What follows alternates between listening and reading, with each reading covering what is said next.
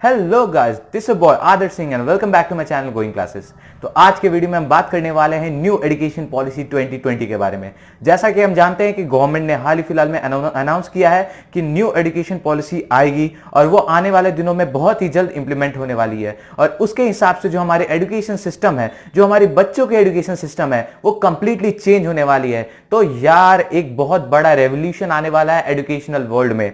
मतलब बच्चों के पढ़ने का तरीका है बिल्कुल बदलने वाला है। तो आज के वीडियो में हम बात करने वाले हैं उन 15 रिफॉर्म्स की जो एजुकेशनल सिस्टम में आने वाले हैं और उनको एक एक करके मैं आपको समझाऊंगा कि क्या क्या चेंजेस एक्चुअली हैं। यार गवर्नमेंट ने पूरी एक लिस्ट दे के रखी है, मैं उसका लिंक अपने डिस्क्रिप्शन में दे दूंगा, आप वहां जाके एक एक करके पढ़ सकते हैं। लेकिन इस वीडियो में मैं उन्हीं सारी पॉइंट्स को हिंदी में आपके सामने अच्छे से ले डाउन करूंगा ताकि आपको अच्छे से समझ में आ जाए। तो यार इस वीडियो को एंड तक जरूर देखिए क्योंकि इस वीडियो में मैं काफी बातें बताने वाला हूं। और यार अगर आप इस चैनल में नए हैं तो यार इस चैनल को सब्सक्राइब जरूर करें यार, क्योंकि बहुत सारे मैं ऐसे वीडियोस लाता रहूंगा जो आपको बहुत बहुत बहुत काम आएंगे। तो यार नए हो तो यार सब्सक्राइब ठोको और बिना किसी टाइम वेस्ट के सीधे चलते हैं वीडियो की तरफ। तो नंबर 1 जो पहली चेंज है वो है 5+3+4 सिस्टम। अब ये क्या है 5+3+3+4 सिस्टम? तो यार देखो, पहले का जो पुराना सिस्टम था वो 10+2 सिस्टम होता था। मतलब 10 तक आप अपनी बोर्ड्स देते थे एंड 12th में आप अपना इंटर देते थे, यानी कि जो हायर सेकेंडरी बोर्ड्स होता है वो देते थे। लेकिन अभी जो नई पॉलिसी है उसके हिसाब से ये सिस्टम बिल्कुल चेंज हो गया है। अब क्या होता है, अब आपको जो आपकी नर्सरी, LKG, UKG वो होती थी +2, 1 और 2 ये मिला के आपका 5 प्लस जो मैंने स्टार्टिंग में बोला था 5+3 क्या है 3, 4, 5। तो 5 के बाद यानी कि नर्सरी से अगर आप 5 तक कंप्लीट करते हैं तो आपको बोर्ड की तरफ से एक सर्टिफिकेट मिल जाएगा कि आपने 5 तक अपनी स्टडीज कंप्लीट कर ली है। उसके बाद और 3 साल जब आप पढ़ेंगे तब 8 में भी आपको और एक सर्टिफिकेट मिलेगा एंड देन 9, 10, 11, 12 तो आपको टोटल 4 सर्टिफिकेट मिलेंगे। पहले हम लोग को 2 मिलता था, 10th तक पढ़ेंगे तो सर्टिफिकेट मिलेगा एंड अगर 10 से अगर पहले छोड़ते हैं तो हम लोग को कोई सर्टिफिकेट नहीं मिलता था, यानी कि उसको इलिटरेट माना जाता था। लेकिन अभी ये स्टडी सिस्टम को डिवाइड कर दिया गया है, किसमें 5 तक में, देन 8 तक में, देन 10 एंड 12। तो ये 4 सर्टिफिकेट आपको मिलेंगे। तो सेकंड नंबर आते हैं सेकंड पॉइंट की तरफ जो कि है फ्रॉम द एज ऑफ 3 बच्चों को थर्ड एज से ही पढ़ाई स्टार्ट हो गई है। तो जो थर्ड एज के मतलब 3 साल के बच्चे हैं वो कहां जाएंगे पढ़ने के लिए? तो उनके लिए आंगनबाड़ी, गवर्नमेंट ने ऐसी बहुत सारी स्कूल्स मतलब प्राइमरी स्कूल्स बना के रखी है जिनका आंगनबाड़ी के नाम से भी हम जानते हैं।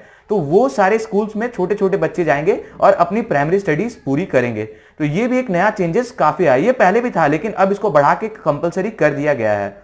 तो नेक्स्ट आते हैं number 3 that is promoting libraries.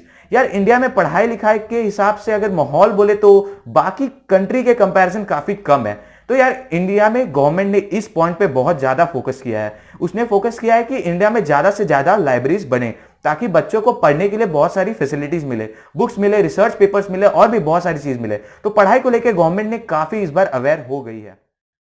तो नंबर 4 है teaching in the mother tongue up to class 5। तो जब बच्चे क्लास 5 तक जो है वो अपनी मदर टंग में पढ़ सकते हैं, उनके पास ये ऑप्शन है कि जरूरी नहीं है कि उनको इंग्लिश में ही पढ़ना पड़ेगा। यार हम लोग का क्या होता है कि क्लास 5 तक क्या बच्चों से एकदम इंग्लिश सिखाना शुरू कर देते हैं। तो इस बार ये चेंजेस आई है कि आपको पास ऑप्शन है कि आप इंग्लिश में पढ़ना चाहते हैं या फिर अपने मदर टंग में। आप गुजराती हैं, आप मराठी हैं, आप तमिल है, आप अपने मदर टंग में पढ़ सकते हैं। क्लास 5 तक अपनी प्राइमरी स्टडीज आप मदर टंग में कंप्लीट कर सकते हैं। इसके बाद 6 से आपको इंग्लिश पढ़ना सिखाया जाएगा। मतलब आप पहले भी इंग्लिश ले सकते हैं लेकिन उसके बाद इंग्लिश कंपलसरी कर दी जाएगी क्योंकि इंग्लिश भी बहुत काम आती है हमारे फ्यूचर में।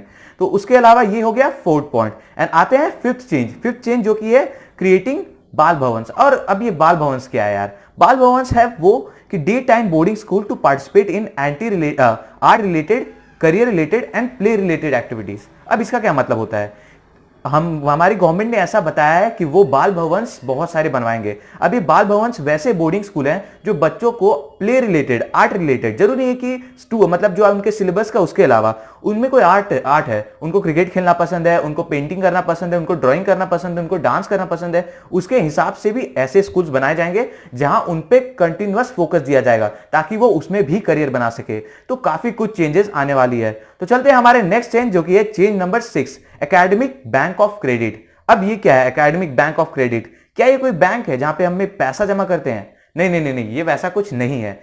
ये बच्चों का बैंक है जहां पे बच्चे अपना क्रेडिट दे सकते हैं। अब बच्चों का क्रेडिट क्या होता है? बच्चों के पास उतना कैश तो होता नहीं है, तो उनका क्रेडिट होता है उनका मार्क्स। उनके सर्टिफिकेट्स, उनका डिग्री, वो उनके लिए क्रेडिट होता है। अब आपको एग्जांपल देके समझाता हूं, जो कि है हमारे पॉइंट नंबर 7 कि multiple entry and exit points in higher education.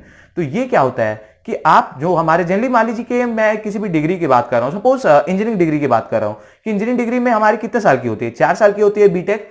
तो अगर मान लीजिए आप 3 साल में छोड़ देते हैं तो पहले के सिस्टम के हिसाब से आपको कुछ भी दिया नहीं जाएगा, आपका स्टडीज इनकम्प्लीट रहेगा। इसका मतलब आपने इंजीनियरिंग किया ही नहीं है। लेकिन इस नए एजुकेशन पॉलिसी के हिसाब से अगर आप अपना बीच में सर्टिफिकेट छोड़ते हैं तो जिस पॉइंट पे आपने छोड़ा है वहां तक का आपका अचीवमेंट यानी कि क्रेडिट को बैंक, यानी कि जो आप डिजी लॉकर हमारा एक बैंक होता है, स्टूडेंट्स बैंक जिसको बोलते हैं, वहां पे आप सबमिट कर सकते हैं कि आपने यहां तक पढ़ लिया है। एंड इन केस के अगर फ्यूचर में आप आए वापस उस कोर्स को करना चाहते हैं तो आपको फिर से स्टार्टिंग से स्टार्ट नहीं करना होगा। आप जहां से अपना कोर्स को छोड़े थे वहीं से आप रिज्यूम कर सकते हैं। तो ये फायदा होता है बैंक ऑफ क्रेडिट का।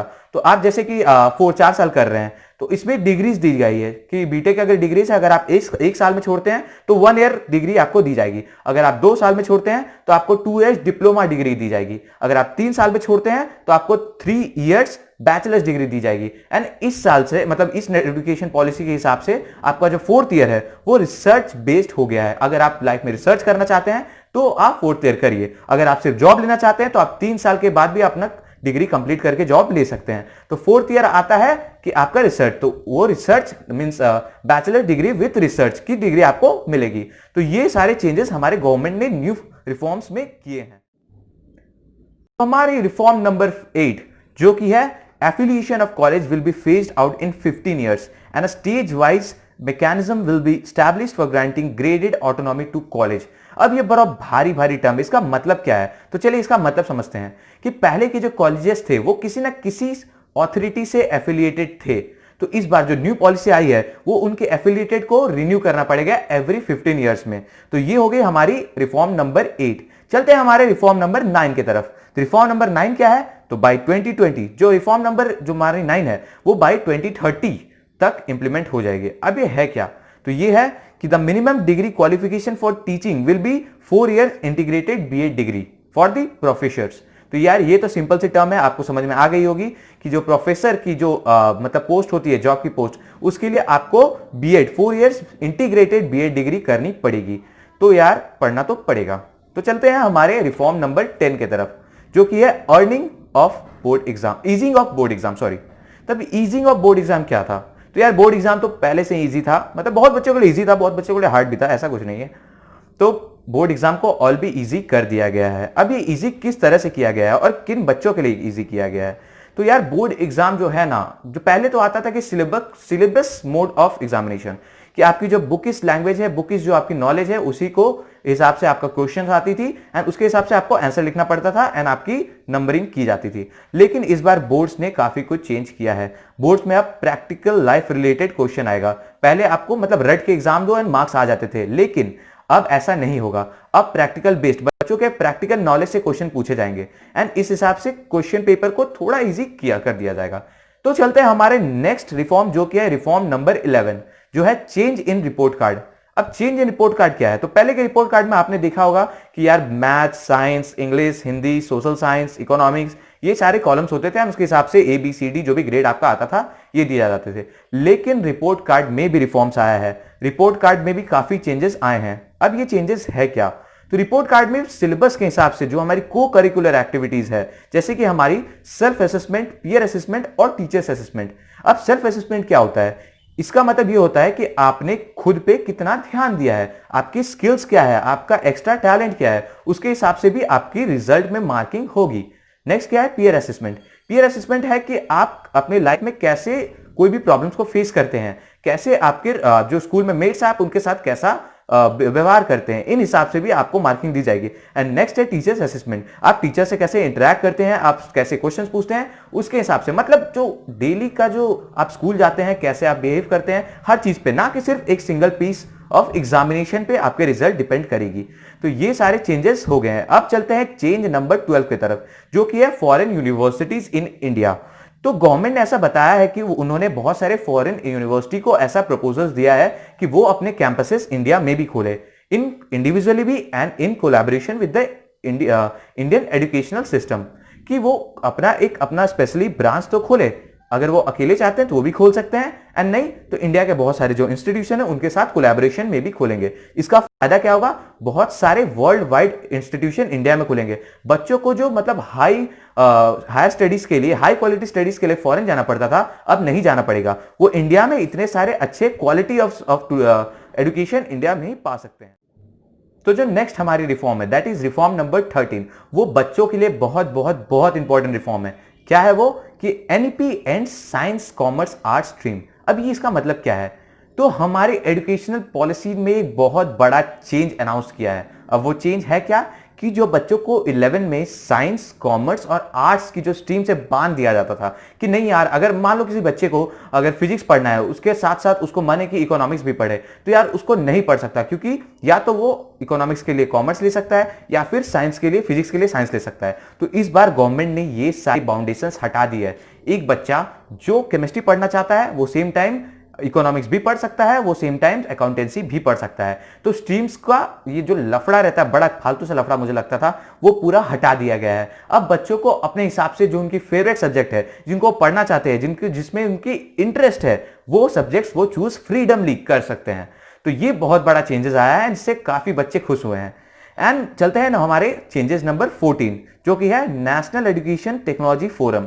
तो गवर्नमेंट ने एक नेशनल एजुकेशन टेक्नोलॉजी फोरम को एक नाम की एक ऑर्गेनाइजेशन सेटअप की है। ये ऑर्गेनाइजेशन करती क्या है, तो बेसिकली ये ऑर्गेनाइजेशन है जो एजुकेशन को टेक्नोलॉजी रिलेटेड बनाती है। टेक्नोलॉजी से एजुकेशन सिस्टम में क्या क्या चेंजेस आ सकते हैं, क्या क्या रिफॉर्म्स आ सकते हैं, लर्निंग प्रोसेस में क्या क्या आ सकते हैं, ये सारी चीजों को डिस्कस करता है एंड रिफॉर्म्स लाता है। एजुकेशन में क्या क्या हमारे फायदे हो सकते हैं, what are the best way to spread education among people, इस चीज पे एक गवर्निंग बॉडी बनाई गई है जो उसकी डिसएडवांटेज, उसके एडवांटेज को देख के चेंजेस लाएगी।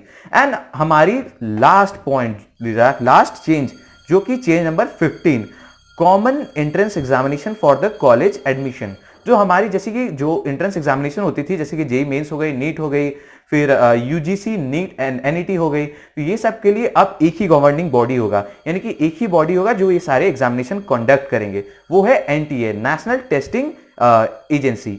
ये एजेंसी सारे एग्जामिनेशंस को कंडक्ट करवाएंगे। तो यार हमने इस वीडियो में बात कर ली कि 15 new reforms that will be taken place in the new education policy 2020। तो ये सारे चेंजेस न्यू एजुकेशन पॉलिसी में होने वाले हैं। हालांकि गवर्नमेंट ने ऐसा कुछ अनाउंस नहीं किया है कि ये चेंजेस कब तक आएंगे, लेकिन ऐसा उम्मीद किया जाता है कि 2 साल के अंदर ये सारे चेंजेस आ जाएंगे एंड बच्चों में ये सारे चेंजेस से काफी इफेक्ट पड़ेगा। यार ये सारे, मैं तो मतलब एजुकेशन सिस्टम से शुरू से ही परेशान था, सोचता था कि कब ये चेंजेस आएंगे, एंड आज फाइनली ये चेंजेस आ रही है। बहुत सारी चेंजेस हुए हैं, उसके बाद एक फ्रीडम मिल रहा है स्टूडेंट्स को अपने तरह से लाइफ जीने का, अपने तरह से अपना एजुकेशन को चूज करने का। तो यार ये बहुत अच्छी बात है, बहुत अच्छा गवर्नमेंट ने डिसीजन लिया है। तो यार मैं गवर्नमेंट के डिसीजन से बिल्कुल बिल्कुल बिल्कुल सहमत हूं। अगर आप भी इस डिसीजन से सहमत है तो मेरे को कमेंट करके बताइए, एंड अगर आप कुछ और चेंजेस भी एजुकेशन सिस्टम में चाहते हैं तो वो भी आप कमेंट करके जरूर बता सकते हैं। अगर आपको ये वीडियो पसंद आया तो यार इस वीडियो को लाइक कीजिए, कमेंट कीजिए एंड ज्यादा से ज्यादा लोगों तक शेयर कीजिए, क्योंकि मैंने इसमें 15 मोस्ट इंपॉर्टेंट चेंजेस जो कि हमारे न्यू एजुकेशन सिस्टम में हुई है उसके बारे में एक एक करके बताया है। तो अगर आप इस चैनल में नए हैं तो यार सब्सक्राइब ठोक दो, क्योंकि मैं ऐसी बहुत सारी वीडियोस लाता रहूंगा और आप तक पहुंचाता रहूंगा। एंड यार बेल आइकन जरूर दबाइएगा, क्योंकि ऐसे वीडियोस तभी आप तक पहुंचेंगे जब आप में नोटिफिकेशन आएंगे। नोटिफिकेशन कैसे आएगा? बेल आइकन दबाने से। तो यार बेल आइकन जरूर दबाइए। तो hope you enjoy this video, see you in next video.